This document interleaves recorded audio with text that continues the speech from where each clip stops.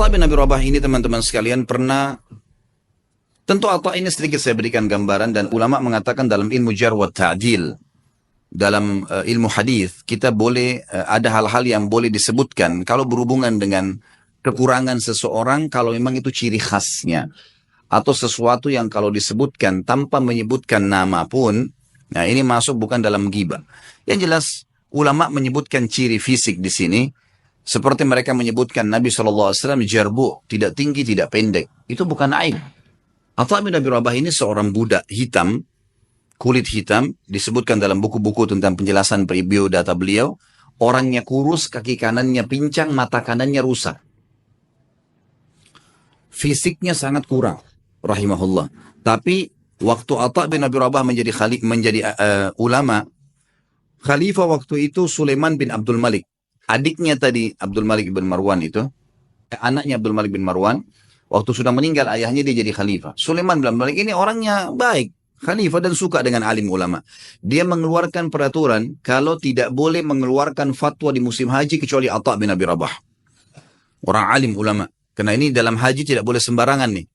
Sampai Atha bin Abi Rabah dapat julukan ya alimnya ulama, gurunya para ulama. Ulama-ulama pun kalau datang di Mekah banyak meminta nasihat dari beliau. Atha bin Abi Rabah ini rahimahullah, di musim haji datanglah Sulaiman ibn Abdul Malik khalifah dengan anaknya, dengan ketampanannya, dengan dayang-dayangnya, dengan kebesarannya, buka kemah besar, kemudian masuklah wukuf di Arafah.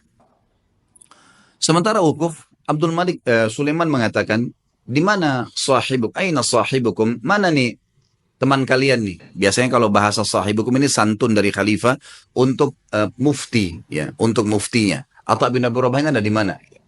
Kata mereka, Amir Mu'minin lagi di kemahnya, lagi menunggu orang-orang yang lagi antri, lagi antri bertanya gitu. Dia bilang, saya punya hajat, saya ingin datang ke sana. Baik, Sulaiman datang.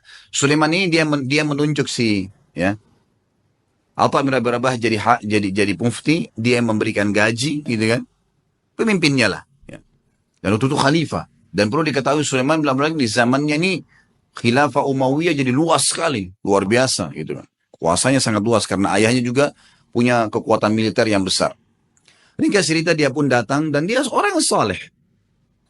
Begitu dia masuk ke kemahnya Atha bin Abi Rabah, disambut oleh Atha bin Abi Rabah, pelukan, ngobrol, saling menyebutkan kata-kata yang santun satu sama lain sebagaimana adab seorang muslim. Setelah itu Atha bin Rabah bertanya, wahai Amir Mu'minin, kenapa Anda datang ke sini? Kata dia, saya punya hajat, ada pertanyaan yang saya mau tanya. Kata Atha bin Abi Rabah, ini orang tadi saya bilang ya, kekurangan fisiknya ada, dia pegawainya, yang datang ke dia ini, kalau mungkin maaf teman-teman di gubernuran sini, presiden langsung yang datang. Bukan cuma gubernur.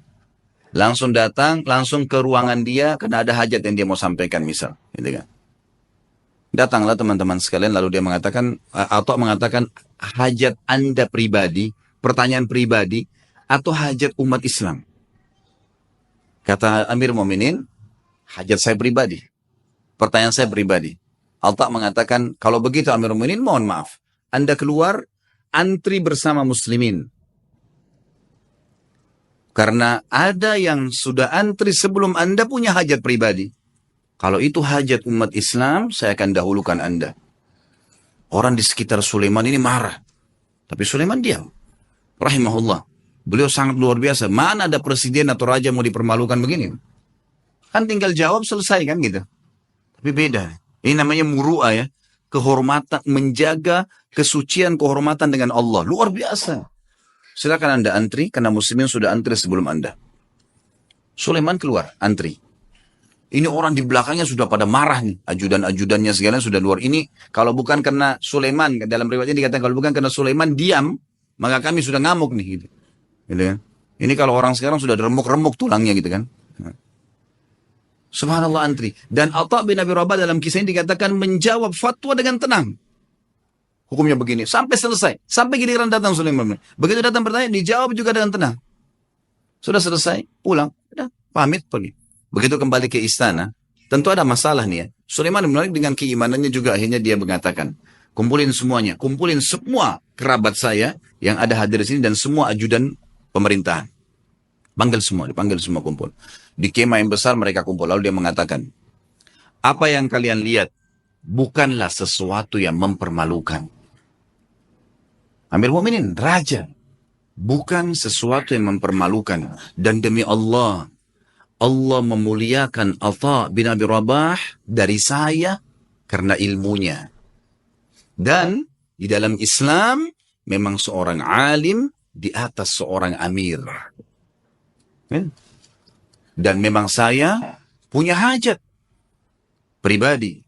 Maka jangan pernah ada yang merasa marah dengan Atha bin Abi Rabah.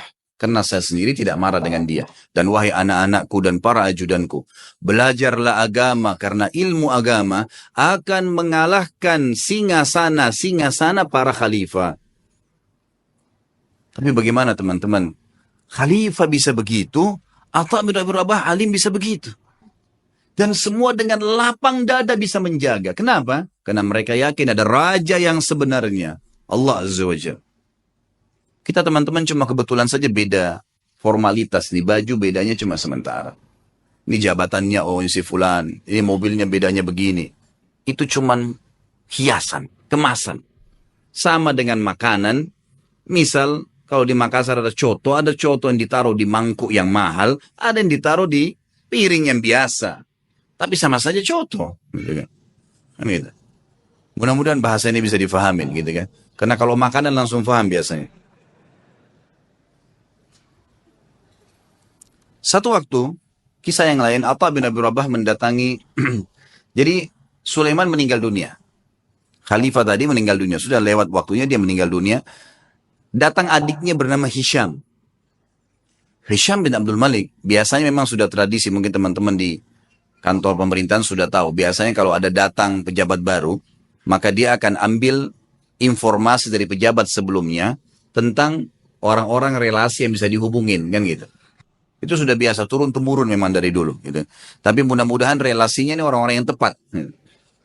Yang jelas Hisham bin Abdul Malik sudah tahu. Kakaknya ini, Sulaiman, terkenal dengan kesolehannya, dengan kealimannya. Dia telah menunjuk ya Atha menjadi mufti. Maka dia tidak mau ganggu tuh. Dibiarin Atha jadi mufti. Lanjutin fatwanya. Satu waktu Atha bin Abi Rabah datang ke istananya.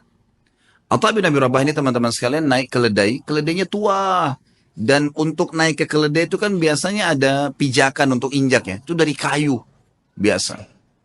Bajunya biasa, imamahnya juga sudah tua, besar gitu. Dia lagi jalan dari Mekah menuju ke Damaskus, ibu kota Syria. Perjalanan lumayan 1 bulan.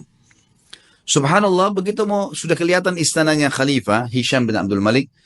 Ada satu ulama lain namanya Atha juga, Al-Khurasani dari Persia. Terkenal juga ulama tabi'in, Atha Al-Khurasani. Jadi kalau disebut nama Atha dua ini, Atha bin Abi Rabah di Mekah, ini bekas budak yang jadi alim ulama, ini Atha Al-Khurasani memang anak pejabat, tapi jadi alim ulama juga. Dia lagi di kereta kencananya, kalau kita sekarang mungkin mobil yang paling mewah gitu kan, kalau kita kencana dulu, ada 2 orang yang di depan memegang kucak kudanya dihias dengan beragam macam hal, luar biasa lah, kita tahu ini pejabat gitu. Begitu Atha Al-Khurasani lihat dari jauh, Atha bin Abi Rabah dikenal nih. Dia suruh berhentiin kereta kencananya. Ada anaknya yang ikut di situ. Anaknya Atha Al-Khurasani lagi ikut. Lalu Atha Al-Khurasani turun. Mendekati keledai itu. Kata anaknya yang meriwayatkan kisah. Saya belum pernah lihat ayah saya turun mendampingi orang. Datangin orang. Biasanya dia yang didatangin. Ini enggak, dia turun dia datangin. Siapa orang ini? Sudah imamanya tua. Bajunya tua. Keledainya lagi pakai kayu. Gitu kan. Kata anaknya nih. Dia bilang, saya tidak pernah lihat ada orang semiskin itu. Dalam kisah itu gitu. Lalu ayah saya pun datang memeluk salaman seperti sahabat lamanya. Lalu mereka ngobrol, saya tidak tahu apa yang diobrolin. Lalu kemudian ayah saya kembali ke kereta kencana lalu mengatakan kepada saya, wahai anakku, saya akan masuk bersamanya ke Amir Mukminin. Kata anaknya, ayah, siapa orang ini? Saya belum pernah lihat orang semiskin ini. Gitu. Kata dia, hati-hati dengan lisanmu. Ini adalah Atha bin Abi Rabah. Kata anaknya, Atha bin Abi Rabah, halim ulama. Kata ayahnya, iya. Makanya hati-hati. Jangan ngomong sembarang. Walaupun bukan Atha bin Abi Rabah, kau tidak pantas mengucapkan kalimat itu. Anaknya mengatakan, saya pun beristighfar kepada Allah. Lalu saya melihat ayah saya jalan kaki bersama dengan Atha bin Abi Rabah. Masuk. Ringkas cerita, Masuklah mereka ke istana, lalu mereka keluar. Kata anaknya, ayah, kata anak, Atha al-Khurasani, anaknya bilang, ayah, ceritain apa yang tadi terjadi di dalam. Kata Atha al-Khurasani, demi Allah, kalau bukan Atha bin Abi Rabah, saya tidak diizinkan masuk. Atha bin Abi Rabah jalan pincang. Kakinya hitam, tubuhnya hitam, bajunya biasa, matanya satu rusak.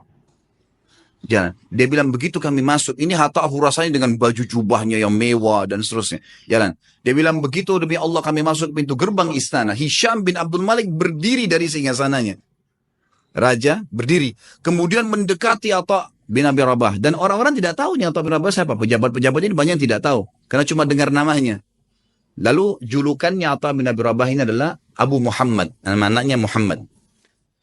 Hisham mengatakan, Hahuna Aba Muhammad. Kesini ayahnya Muhammad. Atha bin Abi Rabah setiap mau mampir ke sebuah kursi, dia bilang, la, hahuna Aba Muhammad. Dirangkul terus tangannya, kata Atha al-Khurasani. Begitu sudah dekat dengan singgasananya, lalu kemudian saya dipersilakan duduk. Atha al-Khurasani dipersilakan duduk. Lalu Atha bin Abi Rabah, demi Allah didudukkan di sebelah singgasana khalifah. Sebelahnya pas. Dan belum pernah singgasana khalifah diduduki oleh orang lain, termasuk anaknya khalifah. Nggak boleh duduki singgasana itu. Hisham mengajak Atha bin Abi Rabah yang luar biasa begitu kehidupannya tadi, kondisinya duduk di sebelahnya. Lalu kata Hisham, ya Aba Muhammad, ada hajat apa? Kata dia, ada hajat saya. Hajat yang pertama dia bilang, penduduk Mekah dan Madinah, wahai Amir Mu'minin, tetangganya Allah dan tetangganya Rasulullah SAW. Karena di Mekah ada Ka'bah, berarti orang yang tinggal di Mekah kan tetangganya Allah. Bahasa santunnya begitu. Di Madinah ada rumah Nabi SAW, walaupun ada kuburannya beliau sekarang, sudah jadi kuburan, tapi kan rumahnya Nabi masih ada. Itu kan masuk dalam masjid. Tetangganya Rasulullah SAW terlambat ataya mereka. Ataya ini kayak pemberian yang diberikan oleh kerajaan, ya, dari khilafah diberikan kepada masyarakat semua, kaya atau miskin semua dapat dari hasil pendapatan negara, nanti dikeluarkan untuk kebutuhan negara, kemudian sisanya dibagi rata. Itu haknya masyarakat. Penduduk Mekah dan Madinah tetangga dengan Rasulullah SAW terlambat ataya mereka. Maka saya mengingatkan anda kepada Allah agar memberikan kepada mereka. Baik. Kata Hisham, ya gulam, sekretaris datang, catat dan berikan sekarang juga. Ada lagi hayanya Muhammad, ada lagi. Para mujahidin yang membela perbatasan kaum muslimin, mereka ribat setiap hari. Terlambat gaji-gaji mereka. Ada istri dan anak mereka mengeluh dengan saya. Maka berikan hak mereka. Ya gulam, catat, segera jalankan pesannya Aba Muhammad. Ada lagi hayanya Muhammad. Terus aja Atha menyampaikan hajat muslimin. Gak ada hajat dia pribadi nih. Hajat begini, hajat begitu. Ringkasnya adalah, terakhir sudah 5 hajat, 6 hajat disampaikan. Kata Amir Mu'minin, masih adakah hayanya Muhammad? Kata Atha al-Khurasani, demi Allah, Atha bin Abi Rabah berdiri dengan tegak di depan Amir Mu'minin. Lalu mengatakan kalimat yang membuat istana itu kalau mau goncang bisa goncang. Dia mengatakan apa? Wahai Amir Mu'minin, ada hajat yang lebih penting dari semua yang saya sampaikan tadi. Kata Hisham, apa itu wahai Atha? Aba Muhammad, apa itu? Ini orang-orang kaget, belum pernah ada orang khalifah duduk, dia berdiri depannya dan dia menunjuk nih. Ada hajat yang lebih penting. Kata dia, apa itu hai ayah Muhammad? Demi Allah wahai Amir Mu'minin, kau dilahirkan di muka bumi ini sendirian. Dan kau juga akan mati sendirian. Dan kau akan dihisab oleh Allah sendirian. Demi Allah, semua yang kau lihat di sekitarmu ini tidak bermanfaat buat kamu. Maka bertakwalah dengan Allah. Hisham bin Malik menangis. Waktu itu menangis luar biasa sambil memukul tongkatnya.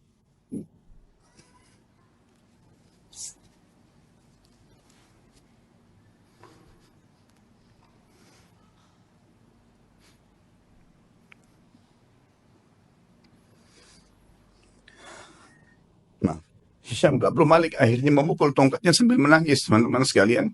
Lalu mengatakan, jazakallahu khairan. Semoga Allah balas anda dengan kebaikan. Gitu. Setelah itu kemudian kata Atha al-Khurasani, kami pun keluar.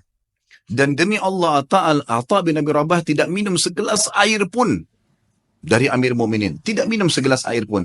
Dan waktu kami tiba di pintu gerbang, maka dikejar oleh seorang sekretaris untuk memberikan dia sekantong uang emas. Maka Atha mengatakan, demi Allah saya datang bukan untuk ini. Kemudian ditinggalkan. Lalu kemudian Atha bin Abi Rabah pulang teman-teman sekalian hanya untuk nasihat di khalifah untuk hajat muslimin. Dan tidak ada hajat dia sama sekali. Kata Atha al-Khurasani sebagai penutup kisah, demi Allah kalau Atha bin Abi Rabah menyebutkan semua hajatnya, maka akan dipenuhi oleh Amir Mu'minin.